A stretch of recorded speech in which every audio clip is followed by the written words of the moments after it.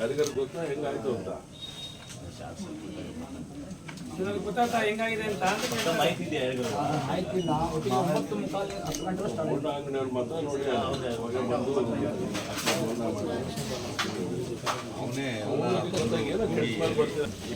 ಈ ಸೈಡ್ ನಿಮಗೇನು ತೊಂದರೆ ಆಗಿಲ್ಲ.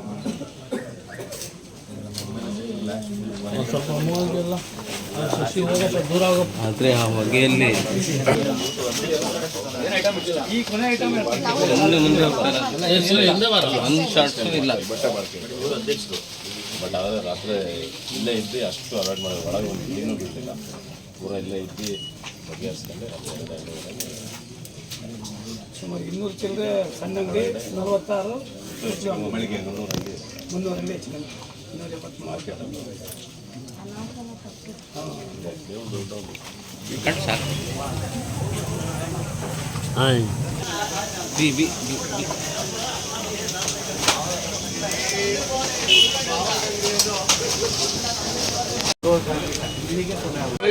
ಎಕ್ಸ್ಟೆನ್ಷನ್ಗೆ ಅವಕಾಶ ಕೊಡೋದು ಬೇಡ. ಯಾಕೆ ನನ್ನ ನೋಡಿದ್ದೀರ ಎಲ್ಲರೂ ಫೈರ್ ಇಂಜಿನ್ ಒಳಗಡೆ ಬರಲಿಲ್ಲ. ಪೈಪ್ ಜಾಯಿಂಟ್ ಎಲ್ಲಿ ತನಕ ಮಾಡಬೇಕು? ಅದೇ ತನಕ ದೇವ್ರ ದೊಡ್ಡವನು ಮಧ್ಯಕ್ಕೆ ನಿಂತ್ಕೊಳ್ತು. ಬಂಡಿಗೆ ಹೋಗ್ಬಿಟ್ಟಿದ್ರೆ ಏನಾಗ್ತಿದೆ ಹೇಳ್ರಿ? ಅಲ್ಲಿಂದ ಆ ಕಡೆ ಹೋಗ್ಬಿಟ್ಟಿದ್ದಾರೆ, ಭಾಳ ಸಮಸ್ಯೆ ಆಗ್ಬಿಡೋದು. ಪೈಪೇ ಇಲ್ಲ ನಿಮ್ಗೆ ಬೇಡ. ನಾನು ಹೇಳೋದು ಕೇಳ್ರಿ, ಚರ್ಚೆ ಬೇಡ. ಇವತ್ತು ಅನಾಹುತ ದೇವ್ರ ತಪ್ಪಿದೆ. ಸಂಜೆ ಆಗ್ಬಿಟ್ಟಿತ್ತು. ಪರಿಸ್ಥಿತಿ ಏನು ಹೇಳ್ರಿ? ನಿಮ್ಮನೆ ಹೆಣ್ಮಕ್ಳು, ನಿಮ್ಮನೆ ಮಕ್ಕಳು, ತಮ್ಮನೋ ತಾಯಿನೋ ಅಣ್ಣನೋ ಇಲ್ಲಿ ಬಂದಾಗ ದೇವ್ರ ದೊಡ್ಡವನು. ರಾತ್ರಿ ಆಗಿದೆ ಇದು. ನಮ್ಮನ್ನೆಲ್ಲ ಬರ್ರಿ ತೀರ್ಮಾನ ಮಾಡ್ಕೊಂಡು ಇದಕ್ಕೆ ಹೋಗ್ಬೇಕು. ಯಾವುದೇ ಕಾರಣಕ್ಕೂ ಇರೋಷ್ಟೇ ಕ್ಲಿಯರ್ ಮಾಡಬೇಕು. ಓಡಾಟಕ್ಕೆ ಅನುಕೂಲ ಮಾಡಿ ಉಳಿದಿದ್ದು ಏನು ಮಾಡಬೇಕು. ಆಮೇಲೆ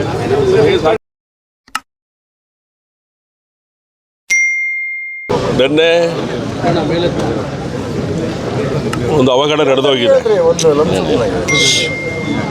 ಸುಮಾರು 6 ಅಂಗಡಿಗಳು ಬೆಂಕಿಗೆ ಆಹುತಿ ಆಗಿದೆ.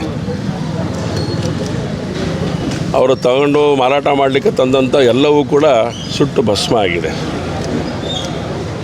ಒಂದೆರಡು ಅಂಗಡಿದು ಸಣ್ಣ ಪುಟ್ಟದ್ದು ಒಂದಷ್ಟು ಮೇಲ್ಗಡೆ ತಗಡು ಶೀಟ್ಗಳೆಲ್ಲ ವ್ಯತ್ಯಾಸ ಆಗಿರೋದು ಬಿಟ್ಟರೆ ಏನೂ ತೊಂದರೆ ಆಗಿಲ್ಲ.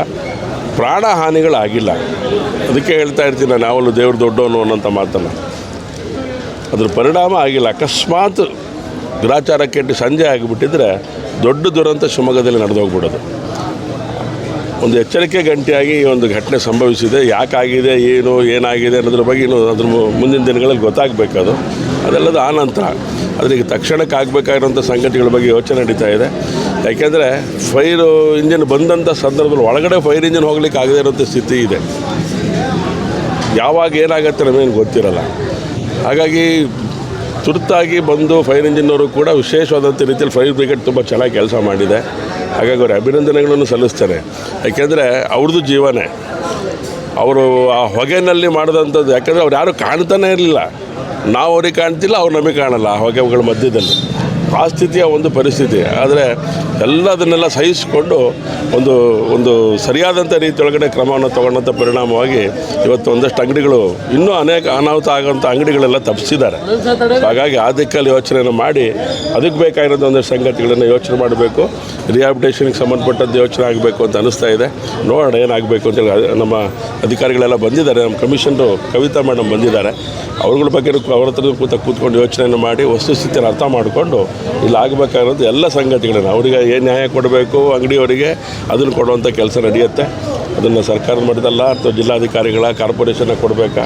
ಸಾಮಾನ್ಯವಾಗಿ ಮಾನವೀಯತೆ ನೆಲೆ ಒಳಗಡೆ ಕಾರ್ಪೊರೇಷನ್ನು ಕೊಟ್ಟಿದೆ, ತಹಸೀಲ್ದಾರು ಕೊಟ್ಟಿದ್ದಾರೆ, ಈ ಥರದ್ದೆಲ್ಲ ನಡೆದಿದೆ ಆವಾಗಲೂ ಕೂಡ. ಹೆಚ್ಚಿನ ರೀತಿಯೊಳಗಡೆ ಸಹಕಾರ ಕೊಟ್ಕೊಂಡು ಅವ್ರ ಜೀವನಕ್ಕೂ ತೊಂದರೆ ಆಗದಿರೋಂಗೆ ನಾವು ಮಾಡ್ತೇವೆ. ಹಾಗಾಗಿ ಇಷ್ಟಕ್ಕೆ ನಿಂತಿರೋದ್ರಿಂದ ಭಗವಂತನಿಗೆ ನಾನು ಕೃತಜ್ಞತೆಗಳನ್ನು ಸಮರ್ಪಣೆ ಮಾಡ್ತೀನಿ. ಚಪ್ಪಲಿ ಅಂಗಡಿಗಳು ಹೋಗಿದೆ, ಹಾಗೆಯೇ ನಾವೆಲ್ಟಿ ಸ್ಟೋರ್ಗಳು ಹೋಗಿದೆ, ಹಾಗೆಯೇ ಬಟ್ಟೆ ಅಂಗಡಿ, 2 ಬಟ್ಟೆ ಅಂಗಡಿ, 4 ಕಾಸ್ಮೆಟಿಕ್ಸ್ ಅಂಗಡಿ, ನಾವೆಲ್ಟೀಸು ಕಾಸ್ಮೆಟಿಕ್ಸು, ಇನ್ನು 1 ಚಪ್ಪಲಿ ಅಂಗಡಿ, ಹೀಗೆ ಒಟ್ಟು 6 ಅಂಗಡಿಗಳು ಭಸ್ಮಾಗಿರೋದು, ಸಂಪೂರ್ಣವಾಗಿ ಭಸ್ಮಾಗಿರೋದು 6 ಅಂಗಡಿ. ಸಣ್ಣ ಪುಟ್ಟ ಒಂದಷ್ಟು ಅಕ್ಕಪಕ್ಕಕ್ಕೆ 1-2 ಅಂಗಡಿ ತೊಂದರೆ ಆಗಿರ್ಬೋದು. ಈಗ ಅದನ್ನು ಕ್ಲಿಯರ್ ಮಾಡ್ಕೊಳ್ಳೋಕೆ ಹೋದಾಗ ಅದೆಲ್ಲದೂ ಕೂಡ ಗಮನಕ್ಕೆ ಬರುತ್ತೆ. ಒಟ್ಟಾರೆ ಈ ಅನಾಹುತ ಮುಂದೆ ಆಗದೇ ಇರೋ ಹಾಗೆ ಎಚ್ಚರಿಕೆ ವಹಿಸುವಂಥ ಜವಾಬ್ದಾರಿಯುತವಾದಂಥ ನಡೆಯನ್ನು ಮಹಾನಗರ ಪಾಲಿಕೆಯಾಗಿ ನಾವು ಅದನ್ನು ಯೋಚನೆ ಮಾಡ್ತೇವೆ ಅನ್ನೋ ಮಾತಲ್ಲಿ.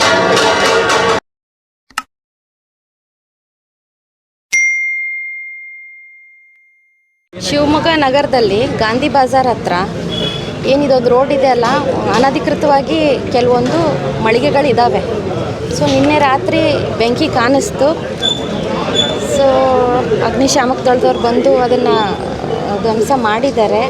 ಬಟ್ ಈಗ ಯಾವ ಥರ ನಿಯಮಾನುಸಾರ ನಾವು ಕ್ರಮ ತೊಗೊಳ್ತೀವಿ. ಇದು ಕನ್ಸರ್ವೆನ್ಸಿ ಇರೋದ್ರಿಂದ ಈ ಅಂಗಡಿಗಳದ್ದು ಏನೊಂದು ತೀರ್ಮಾನ ತೊಗೊಳ್ತೀವಿ, ಹಾಗೂ ಯಾರ್ಯಾರಿಗೆ ಏನೇನು ಪರಿಹಾರ ಕೊಡಬೇಕು ನಿಯಮಾನುಸಾರ ನಾವು ಕೊಡ್ತೀವಿ. ಮಹಾನಗರ ಪಾಲಿಕೆ ಹಾಗೂ ಕಂದಾಯ ಇಲಾಖೆ ಎಲ್ಲ ಸಿಬ್ಬಂದಿ ವರ್ಗದವರು ಇಲ್ಲಿದ್ದೀವಿ. ನಿಯಮಾನುಸಾರ ನಾವು ಕ್ರಮ ತಗೊಳ್ತೀವಿ. ಪರಿಹಾರದ ಬಗ್ಗೆ ಅದೇ ಯಾವ ಕಾರಣಕ್ಕೆ ಬೆಂಕಿ ಇಲ್ಲಿ ಹತ್ತಿದೆ, ಏನೇನು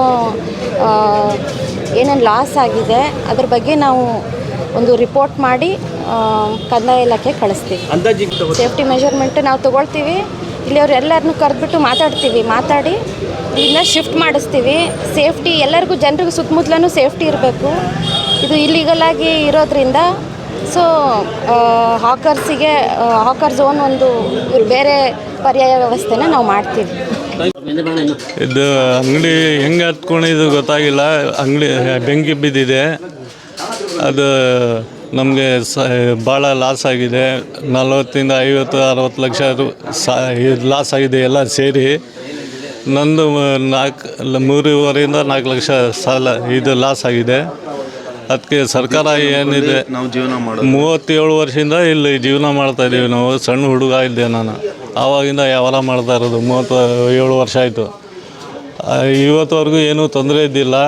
ಈ ಥರ ಆಕಸ್ಮಿಕ ಬೆಂಕಿ ಆಗಿದೆ. ಅದಕ್ಕೆ ಏನಾರ ಸರ್ಕಾರದಿಂದ ಕರ್ನಾಟಕ ಗೌರ್ಮೆಂಟಿಂದ ನಮಗೆ ಪರಿಹಾರ ಕೊಟ್ಟು ಬೇಗ ಕೊಟ್ಟರೆ ಏನಾರ ಜೀವನ ಆಗುತ್ತೆ. ನಾವು ಇದೇ ನಂಬಿ ಬದುಕ್ತಾ. ನಾಸಿರ್ ಅಲಿ ಖಾನ್. ಬಳೆ ಅಂಗಡಿ ನಮ್ಮದು. ಎಲ್ಲ ಸುಟ್ಟು ಕರಕಲಾಗಿದೆ. ನಾವು ಇಲ್ಲಿ 30 ವರ್ಷದಿಂದ ವ್ಯಾಪಾರ ಮಾಡ್ತಾಯಿದ್ದೀವಿ. ಎಲ್ಲ ಹೆಂಗಾಯಿತು ಏನಾಯ್ತು ಅಂತ ನಮ್ಗೆ ಗೊತ್ತಿಲ್ಲ. ಒಟ್ಟು ಎಲ್ಲ ಹೋಗ್ಬಿಟ್ಟೈತೆ. ನಾವು 8:30 9 ಗಂಟೆ ಕ್ಲೋಸ್ ಮಾಡ್ಕೊಂಡು ಹೋಗ್ಬಿಡ್ತೀವಿ. 9:30 ಹಿಂಗಾಗಿದೆ ಅಂತ ಫೋನ್ ಮಾಡಿದ್ರು ನಮಗೆ ಇಲ್ಲಿ ಓಡಾಡೋರು. ಆಮೇಲೆ ಬರೋ ಅಷ್ಟೊತ್ತಿಗೆ ಫುಲ್ ಎಲ್ಲ ಸುಟ್ಟು ಕರಕಲಾಗಿ ಹೋಗ್ಬಿಟ್ಟೈತೆ. ಈಗ ಪಾಲಿಕೆಯವರೆಲ್ಲ ಬಂದು ನೋಡ್ಕೊಂಡೋಗಿದ್ದಾರೆ, MLA ನೋಡ್ಕೊಂಡೋಗಿದ್ದಾರೆ. ಏನಾರ ಪರಿಹಾರ ಅಂತ ಕೊಟ್ಟರೆ ಜೀವನಕ್ಕೆ ಸ್ವಲ್ಪ ಜೀವನಕ್ಕೆ ಉಸಿರಾಡಂಗೆ ಆಗ್ತೈತೆ. ನನ್ನ ಹೆಸರು ಪದ್ಮ ಅಂತೇಳಿ.